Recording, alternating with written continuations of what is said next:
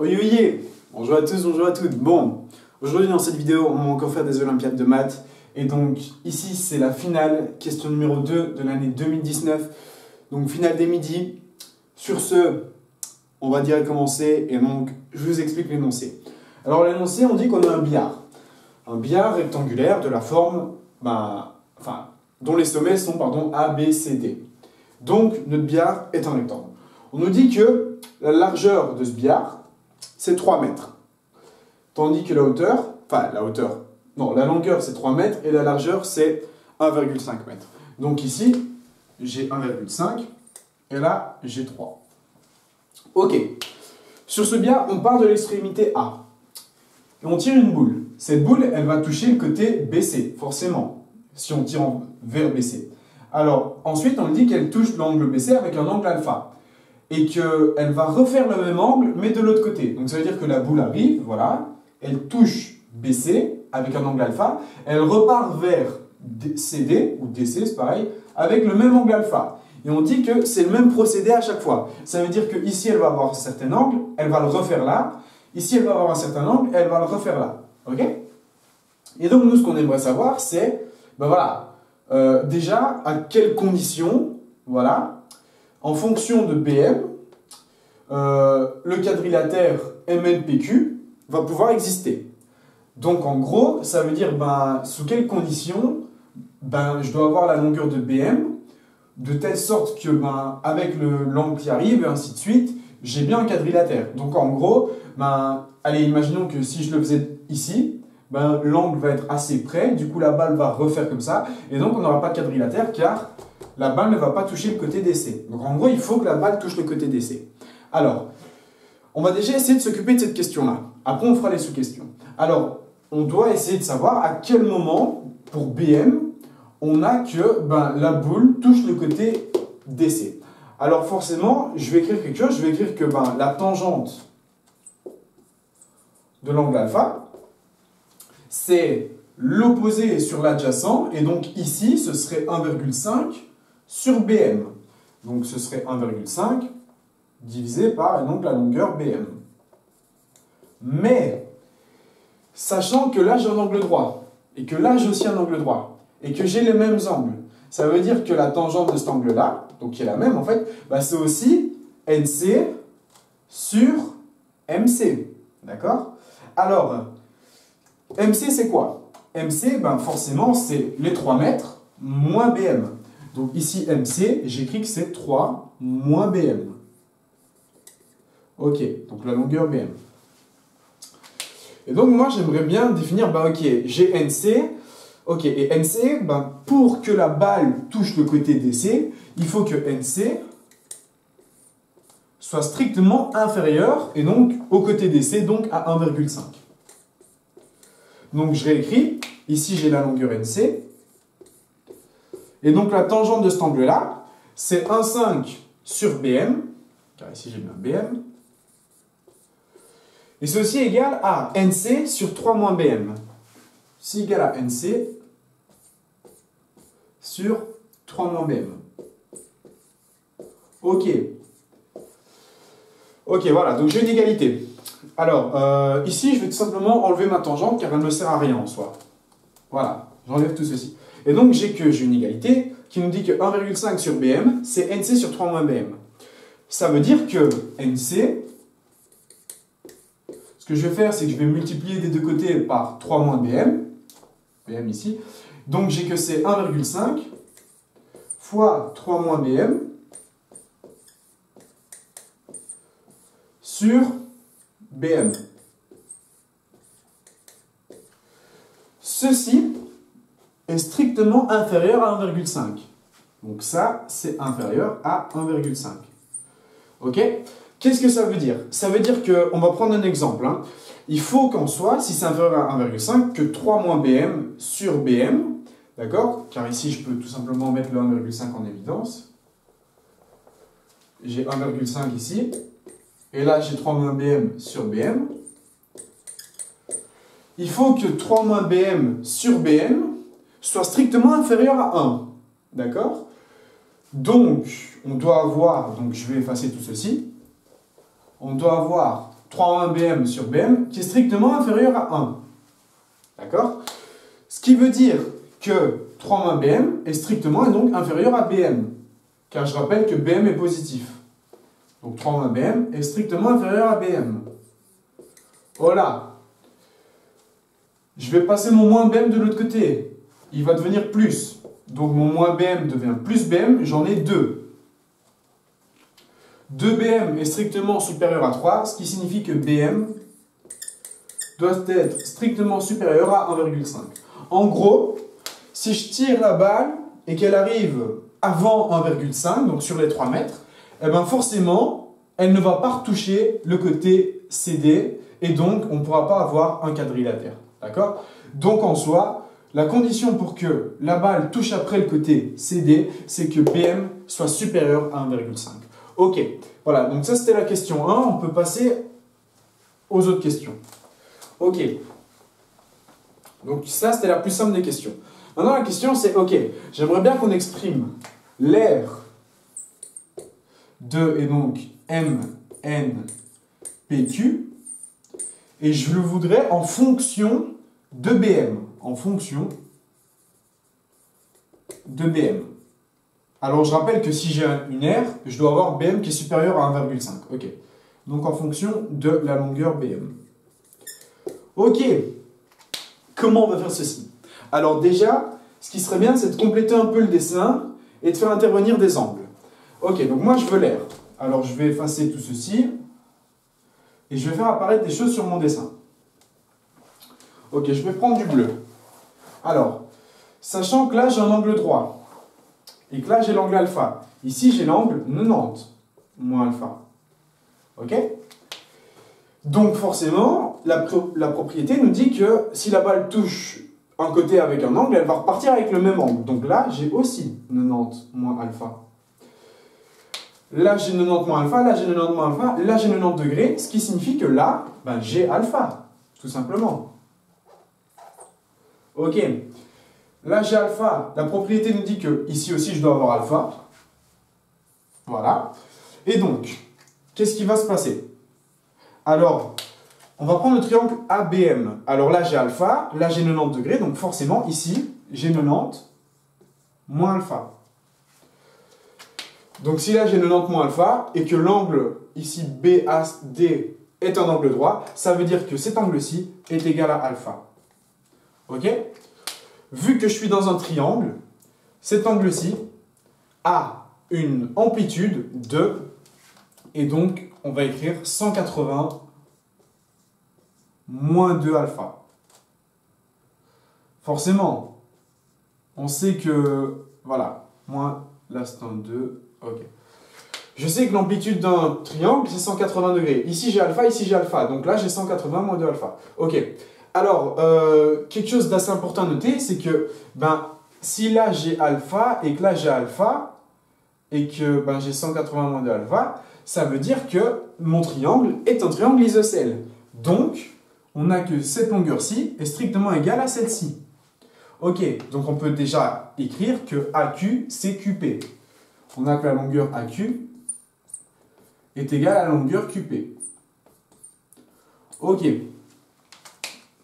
Mais c'est pas tout. Cet angle-ci, c'est combien? Alors je sais qu'un angle plat, c'est 280 degrés. Là, j'ai alpha et là, j'ai alpha. Du coup, ici, j'ai 180 moins 2 alpha. Ok.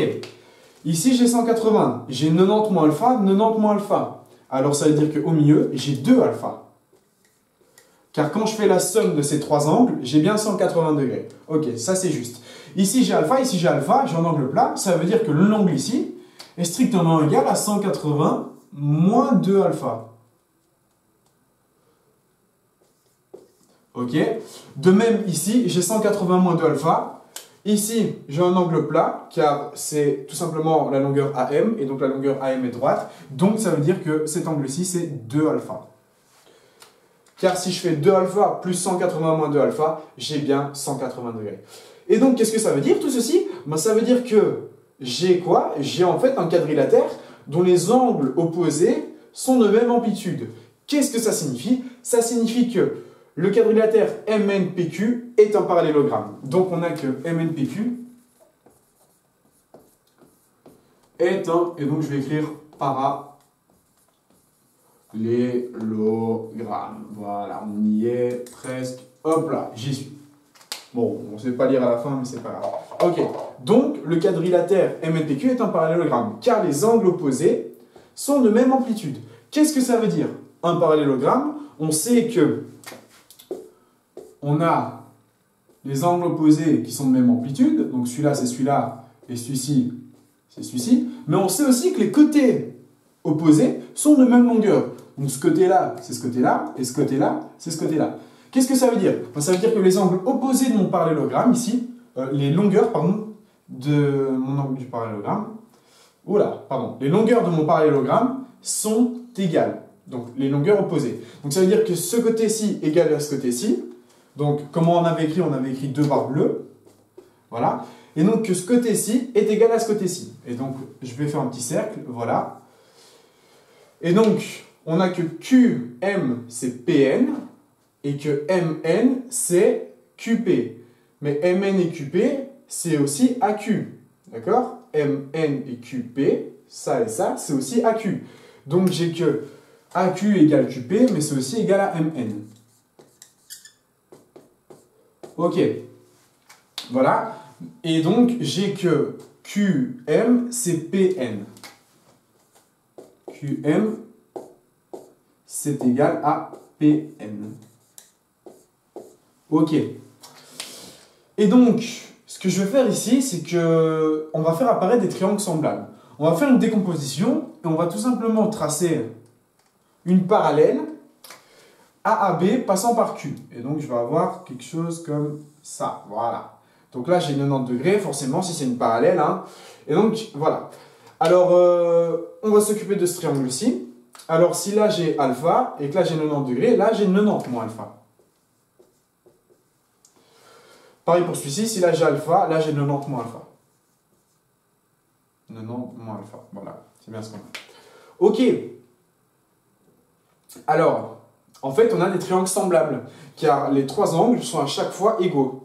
Mais en plus de ça, on a que les triangles opposés sont, en plus d'être semblables, isométriques, car ils ont un côté de même longueur, et les 3 angles qui sont les mêmes, car je rappelle qu'ici, on a bien à chaque fois 90 degrés. Qu'est-ce que ça veut dire? Ça veut dire que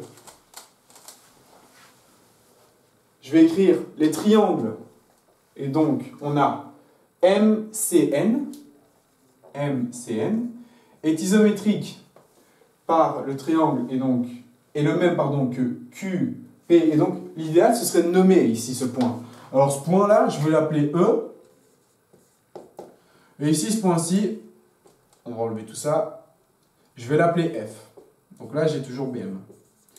Ok. Et donc j'ai que le triangle MCN, c'est le même que le triangle EQP. Donc il est isométrique au triangle EQP. Et comment on justifie? On justifie par le cas. Et donc deux triangles isométriques, ils sont isométriques s'ils ont 2 angles qui sont les mêmes et un côté de même longueur. Et donc il est isométrique par le cas, et donc ACA. ACA. Ok. Et donc, comment on peut justifier? On peut justifier par car. Et donc, on a alpha qui est égal à CMN, CMN, qui est égal à cet angle-ci, donc EPQ. EPQ, voilà. On a que 90 moins alpha. C'est un moins ici. Hein. C'est alors CNM, CNM, c'est aussi EQP, ok, et que forcément on a par notre égalité aussi que MN c'est QP, MN est égal à QP, et donc les triangles MCN et EPQ sont isométriques, ok. Donc ça, on va le laisser. Alors, par la même justification, on peut prouver que les triangles QFM et PDN sont isométriques, car ils ont bien 2 angles homologues les mêmes et un côté homologue qui est le même. Et donc, on peut écrire que le triangle est donc QFM, triangle QFM, est isométrique avec le triangle PDN par le cas, et encore une fois, c'est le même cas, ACA. Et la justification, elle est la même que ce que je viens d'écrire, sauf que, on doit juste écrire que QM est égal à PN, et donc, on doit retranscrire tous les angles. Ok, donc celui-là est égal à celui-là, et celui-là est égal à celui-là. Ok, maintenant, je vais m'occuper de ce triangle-ci. AEQ. Alors, AEQ, si là, il a alpha, et que là, il a alpha, et que là, j'ai 90 degrés, 90 degrés, et que ces deux côtés homologues sont les mêmes, j'ai que le triangle AQE, il est isométrique avec le triangle EQP. Donc, on a que, en plus de tout ceci, avec le triangle EQP, on a aussi que c'est isométrique, que le triangle EQP, il est aussi isométrique avec le triangle AEQ. Donc, on va mettre iso, triangle AEQ. Ok. Donc, celui-là est isométrique avec celui-là. On va faire comme ceci. Celui-là avec celui-là. Voilà. Et les deux autres, celui-ci est isométrique avec celui-là. Ok. Et donc, moi, je rappelle que ce que je veux depuis tout à l'heure, en fait, c'est tout simplement l'aire de tout ceci. Quelle est l'aire de MNPQ en fonction de BM? Alors, pour tout ceci, qu'est-ce que ça signifie? Alors, ce triangle-ci, il est isométrique avec celui-là. Ça veut dire que, ici, la base en fonction d'alpha, donc celle-là, EP ici, c'est égal à 3 moins BM. Donc, cette longueur-là, c'est 3 moins BM. Ok? Voilà, bon, là, je l'ai mal fait. 3 moins BM. Ok, car c'est la même que celle-ci. Celle-ci, vu qu'il est aussi isométrique avec ce triangle-là, c'est la même que celle-là. Et donc là, j'ai encore 3 moins BM. Ok. Bon, ouais, je vais faire comme ça. Ok. Alors, sachant que toute la longueur ici, c'est 3. Et que là, j'ai 3 moins BM et là, 3 moins BM. Qu'est-ce que ça signifie? Ça veut dire que cette longueur-ci, c'est 2 BM moins 3. Alors pourquoi? Parce que si je fais la somme de ces trois longueurs-là, forcément j'ai la longueur de ma largeur, de ma longueur, pardon, donc 3 mètres. Et donc si je fais 3 moins BM plus 3 moins BM, ça me fait 6 moins 2 BM. Si je rajoute 2 BM et que j'enlève 3, ça me fait bien 3. Donc cette longueur-ci, c'est 2 BM moins 3. Ok. Et forcément, du coup, cette NC, on l'a calculé tout à l'heure, on a vu que c'était, par le triangle isométrique, j'ai vu que MC c'était 1,5 multiplié par donc 3 moins BM sur BM.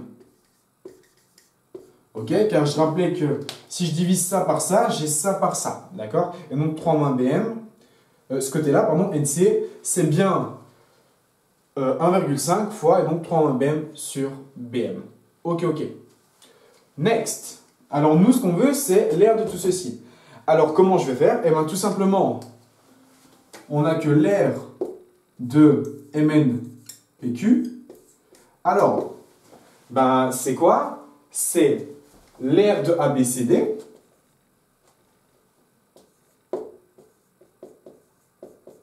moins l'aire, et donc des 4 triangles ici, et donc ce que je vais prendre, c'est que je vais prendre tout ce rectangle-ci, d'accord? Et donc, c'est moins l'aire de ce rectangle, donc A, et donc ici c'était E, A, B, F, E, donc moins l'aire de A, B, F, E, moins, et donc alors à ça, je dois enlever une fois l'aire de celui-là, une fois l'aire de celui-là, une fois l'aire de celui-là, une fois l'aire de celui-là. Mais sachant que ces deux-là sont les mêmes, je peux enlever 2 fois l'aire de celui-ci.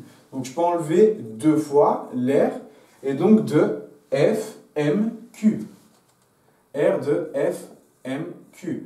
Et je dois aussi enlever 2 fois l'aire de celui-ci, donc 2 fois l'aire de M, N, C, donc j'enlève 2 fois l'aire de M, N, C. Ok, ça, c'est l'aire de Mn PQ. Si je veux l'aire de tout ceci, c'est l'aire du grand moins l'aire de ce rectangle-ci, moins 2 fois l'air de celui-ci, moins 2 fois l'air de celui-ci, car je dois soustraire à chaque fois les deux là. Ok. Alors, c'est égal à quoi? R de ABCD, c'est 1,5 fois 3. Donc j'écris 1,5 fois 3. Bon, je vais prendre toute la place, hein. Ça va être plus simple pour moi. Donc, on va faire ça. Tout ceci, c'est égal à 1,5 fois 3. Auquel je dois soustraire l'air de ABFE. Alors, ABFE, ben, c'est AB fois et non BF. BF, on l'a au-dessus, c'est 3 moins BM. Du coup, je dois soustraire 1,5 fois 3 moins BM. Ok? Ensuite, je dois soustraire 2 fois, et donc l'air de ceci. Alors, l'air de ceci, qu'est-ce que c'est? Alors, on va avoir moins 2 fois, et donc l'air du triangle. Alors, l'air d'un triangle, c'est toujours 1,5. Donc, mes 2 fois et mon 1,5 vont simplifier. Et donc, j'ai la base fois la hauteur. Donc, FM fois FQ. Donc, la longueur FM fois la longueur FQ. Ok. Alors, la longueur FM, qu'est-ce que c'est? La longueur FM, c'est la même que la longueur ici. Donc, PD. Ou DP, plutôt. Enfin, bref. Donc, la longueur FM, c'est la même longueur que DP. Alors, ce qui va se passer, ben, FM, c'est tout simplement 2BM moins 3. Donc, FM, je vais réécrire que c'est 2BM moins 3. Le tout qui est multiplié par, et donc, la longueur de FQ. Alors, la longueur de FQ, forcément, c'est la même que DN. Ok? Donc, cette longueur-là, c'est la même que celle-là. Ok. Donc, on va mettre celle-ci, la même que celle-ci. Ok. Alors, DN, c'est quoi? DN, c'est DC moins NC. Donc, on n'a que DN, c'est 1,5 moins, et donc 1,5 fois ça. Donc, 1,5 fois, et donc 3 moins BM, sur BM. Alors, si je mets en évidence le 1,5, j'ai que c'est 1,5 fois, et donc, je l'ai une fois, moins, et donc, 3 moins BM sur BM. Alors, 1, ben c'est BM sur BM. Donc, si je le remets sous la même fraction, j'ai BM ici. Et donc, plus 3 moins BM. Alors, ben, ça me fait tout simplement, mes BM, ils simplifient. Et donc, j'ai que DN, c'est 1,5. Et donc, fois, et donc 3 sur BM. Ok? Voilà. Donc, je prends 1,5, je soustrais celui-ci. Ça me fait 1,5 fois, et donc 1 moins... ouais, non, du coup, c'est pas un plus, c'est un... Ouais, c'est un moins. Oula, donc ça, c'est faux, pardon. Hop là, pardon. Donc, 1,5 fois, et donc 1 moins, alors, 3 moins BM sur BM. Donc, si je mets en parenthèse, j'ai BM sur, et donc, moins, ouvrez la parenthèse, 3 moins BM sur BM. Alors, si j'enlève les parenthèses, mon moins à l'intérieur, il devient plus. Et donc, j'ai que DN, c'est 1,5 fois, et donc, 2BM, pardon, 2BM moins 3, le tout sur BM. Ok, ça c'est la longueur de DN, donc cette longueur-ci. Ok, donc ce qui va se passer, c'est que je dois faire 2BM moins 3 multiplié par tout ceci. Alors, je multiplie par, et donc 1,5 fois 2BM moins 3 sur BM. Alors, ici j'ai 2BM, là j'ai 1,5 aussi. Bon, je dois encore soustraire cet air-là. Hein. Mais bon, déjà, ce que je vais faire, c'est que je vais essayer d'un peu simplifier tout ça. Alors, ici, je vais avoir 1,5 qui est... En fait, le 1,5, il apparaît partout. Ok? Donc, ce que je peux faire, c'est que je peux le mettre en évidence. Si je le mets en évidence, alors, je l'ai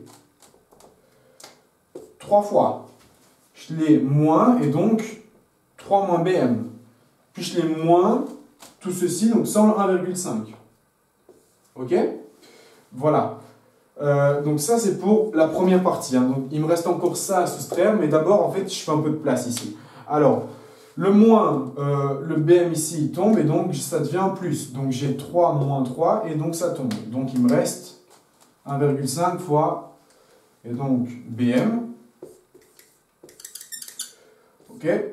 Plus, alors, c'est un moins, du coup, donc pas un plus, mais un moins. Moins, et donc j'ai 2bm-3 fois 2bm-3 sur bm. Alors, je vais mettre mon 2bm-3 au carré. Et donc, j'ai que ça va me faire 2bm-3, le tout au carré sur bm.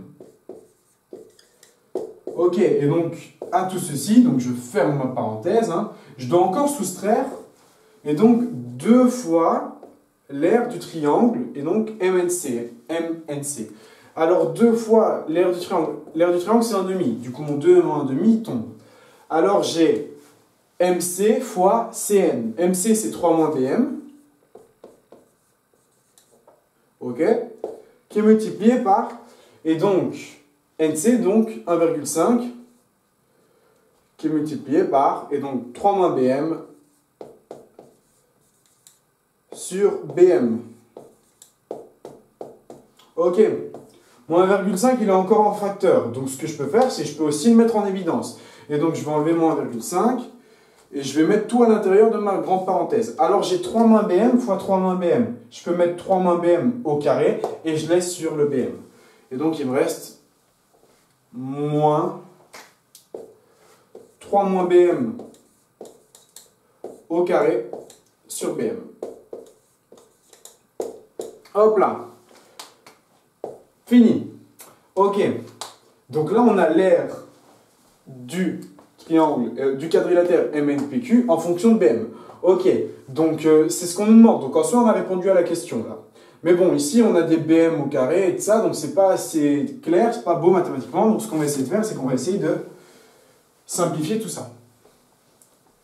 Alors, je vais faire en bleu. Je vais avoir 1,5 fois, ouvrez la parenthèse. Donc BM, il reste, on ne peut pas très bien simplifier. Alors, moins 2BM moins 3 au carré. Alors, ben, j'ai le premier carré, donc 4BM au carré. J'ai après moins le double produit, donc moins 2 fois 3, donc 6 fois 2, 12 BM. Ok. Moins 3 au carré, donc plus 9. Le tout sur BM. Alors, ici, mon BM au carré, il tombe. Ici, mon BM, il tombe aussi. Et là, il me reste 9 sur BM. Donc, il me reste quoi? Il me reste... Et donc, tout ceci, n'oublions pas que c'est un moins, donc c'est en parenthèse.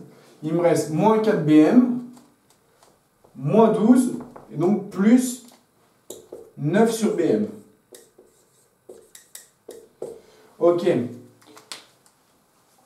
BM moins 4BM. Ça m'en fait moins 3. Donc j'ai moins 3BM. Ici, moins 3BM. Ensuite, j'ai moins 12. Donc, plus 12. Et ensuite, j'ai moins plus 9 sur BM. Et donc, en gros, moins 9 sur BM. Ok. Et donc à ça, je dois encore soustraire. Et donc, encore un produit remarquable sur BM. Alors, 3 moins BM au carré. Ben, j'ai 9 moins le double produit 6BM plus BM au carré. En divisant tout par BM, alors je vais avoir un... Donc là, c'est en parenthèse. Je vais avoir un moins, ouvrez la parenthèse, 9 sur BM. Moins 6BM, le BM, il va simplifier. Et mon carré ici, il va tomber. Et donc, il me reste... Voilà, hop là. Il me reste tout ceci à effectuer. Alors, mon moins 9 sur BM, il reste négatif. Mon moins 6, il devient plus 6. Et mon plus BM, il devient moins BM.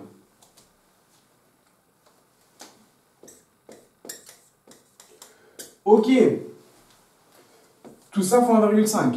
Fini. Alors, moins 9, ça me fait moins 18 sur BM. Plus 12, plus 6, ça me fait plus 18.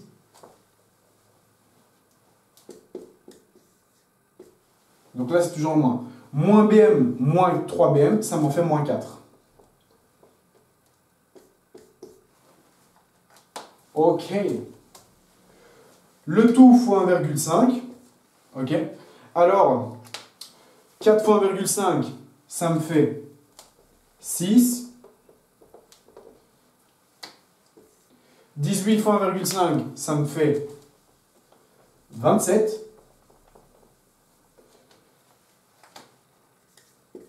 Moins, et donc 27 fois 1,5, ça me fait 18 fois 1,5, ça me fait 27 sur BM.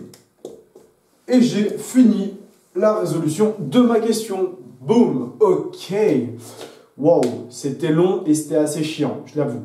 Alors, on a quoi? On a les triangles semblables et ainsi de suite. Je dois les soustraire tous. J'ai cette équation-ci à résoudre. Alors, l'aire du rectangle, facile. L'aire de l'autre rectangle, facile. L'aire du triangle, facile. Et l'aire de l'autre triangle, facile. Je mets mon 1,5 en évidence, car c'est plus simple. Je résous tout ceci à l'intérieur, j'essaye de le rendre plus beau. C'est ce que j'ai fait en faisant les produits remarquables. Et j'ai que l'aire du quadrilatère MNPQ est égal à 6BM plus 27 moins 27 sur BM. Ok, ok. C'est fini. La vidéo était un peu longue. Sur ce, je vous remercie de votre attention et je vous dis à très vite pour d'autres et encore plein d'autres nouvelles Olympiades de mathématiques belges. Allez, je vous laisse.